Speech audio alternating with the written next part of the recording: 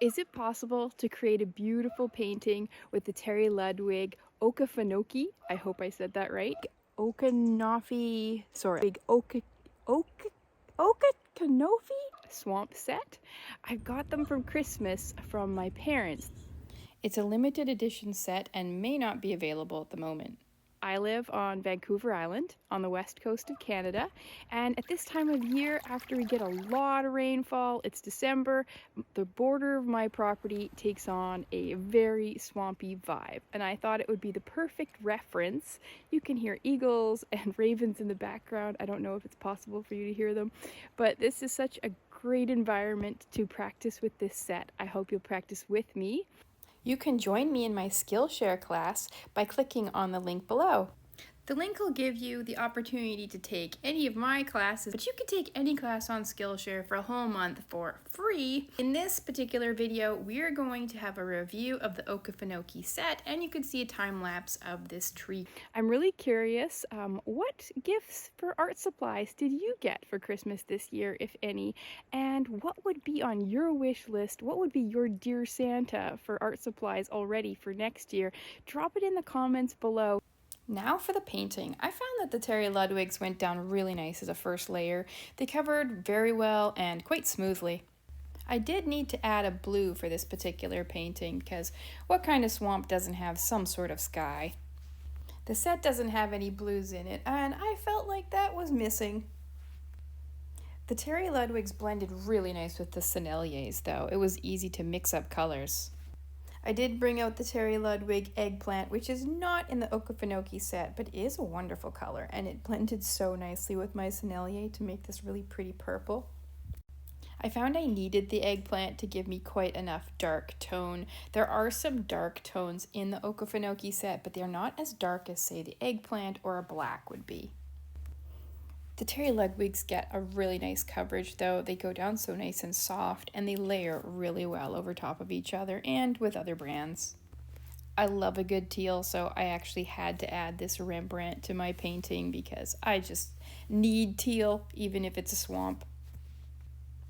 I especially liked how the teal worked with the dark colors from the Okefenokee set. It looked really good in the water. Then I needed to bring in a forest green that's also not in the set, just because forest green also felt right for this particular painting. I really like the light tones in the Okefenokee set. It's got this like really nice little peach color, and I thought it was really great for these particular trees.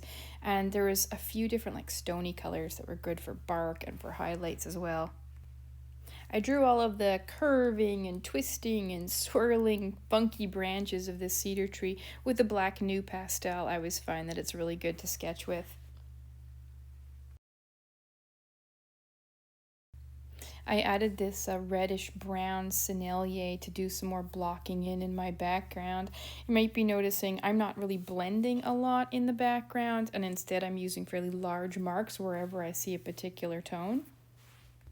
Then one of the light stony colors from the Okefenokee set was really good for adding textured highlights on the bark.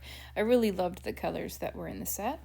I appreciated how I could layer multiple colors without them getting like that smeared effect, so they really layered really nicely. They are a little bit crumbly in feeling, so you don't want to press too hard with them. They involve like a very light touch. Like even when I was putting down this moss, I'm just really kind of scrubbing it down really lightly. I feel like every pastel artist needs some of this Terry Ludwig eggplant. I also got it for Christmas, although it doesn't come in the Okefenokee set, and it just felt essential. I used it so often, and I just really love it as a color. This peachy color is a unison, went on nice and soft over everything else, and I just really thought that that like peach color went really beautiful with all of the greens that I had in here, and even the reddish brown. Here's another light color from the Okefenokee set, and I liked how with these big chunky pastels that you can just like lay them on their side, and I really like how it like rubbed across for the water. There's also some really beautiful darker greens and darker green, like greenish browns that are very mossy and very perfect for a swampy forest in the Okefenokee set. But at my heart, I'm a vibrant girl, so I had to bring out this vibrant green sennelier to just kind of bring out the color on this moss that's on top of these branches. But then the Okefenokee set has these like really beautiful muted tones that kind of make it so that you're not oversaturating your swampy picture. So there's this beautiful sparkle color inside the Terry Ludwig set, and it sparkles and it's delightful. If you don't have it, it's all right, you will survive, but I think you would like it. I didn't know that I was a sparkle person until I started playing with this particular sparkly Terry Ludwig from the Okefenokee set, and then I discovered I am a sparkly person. You know, I'm not the kind of person who has sparkly makeup or anything like that, but turns out a little sparkle in a swamp makes me happy. The sparkles are a little bit difficult to pick up on video, but they go down so smooth, and then they kind of leave this shower of sparkle behind them. It's sort of like you've got this sparkly unicorn galloping across your paper. The direction you hold your pastels really matters when it's creating texture. So here you can see that I was like moving side to side, which is great for land and water, but now with the bark, I'm moving vertically with my pastel. If you enjoy this video, please subscribe and like it. I needed more teal, and I wanted the water to also reflect the teal that's on the hillside. There are some nice dark browns in the Okefenokee set. They're sort of a greenish brown, so you're going to still get those in the set. I just feel like it's beneficial to have something even darker like the eggplant. Pastels are so forgiving in general, so I actually nuked a pile of debris that was in the water to the right of my tree because I just didn't like the look of it. And then I also kind of made some modifications to the trees on the hillside on the left, and then I decided I'm just going to add more branches because it's fun. I loved the way this one twisted and curved, and again I went with like dark, mid-tone, and then a light tone to create that contrast and highlight on the branches. I still needed to get my vibrancy out again, so I cranked out the vibrant sennelier that I had and kind of dotted it around, did little reflections in the water to create some reflection of moss from those branches. I brought the eggplant back in for the reflection of the tree. I liked how it created a little bit more visual interest inside the water. You always need those darks because those darks is really what's going to define the lights.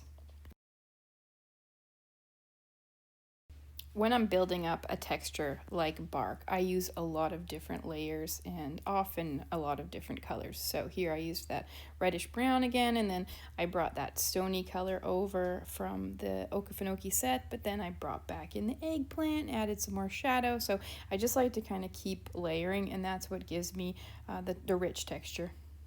I signed it, but I wasn't done. I do this quite often where I leave my painting on my easel and then I keep looking at it. I leave the room, I come back in and I see it, and then I see all these things that I want to change.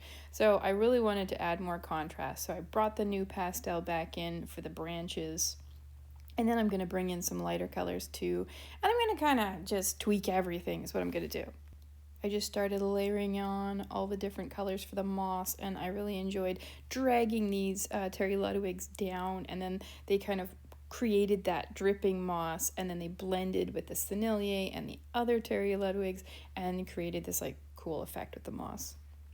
My mom also chose this dark sparkly ore from Terry Ludwig for one of my Christmas presents, and I just had to pull it out and play with it. It leaves this nice little sparkle behind that you could see on the base of the cedar tree along with dark pigment, and it just went on really smooth. It was a lot of fun.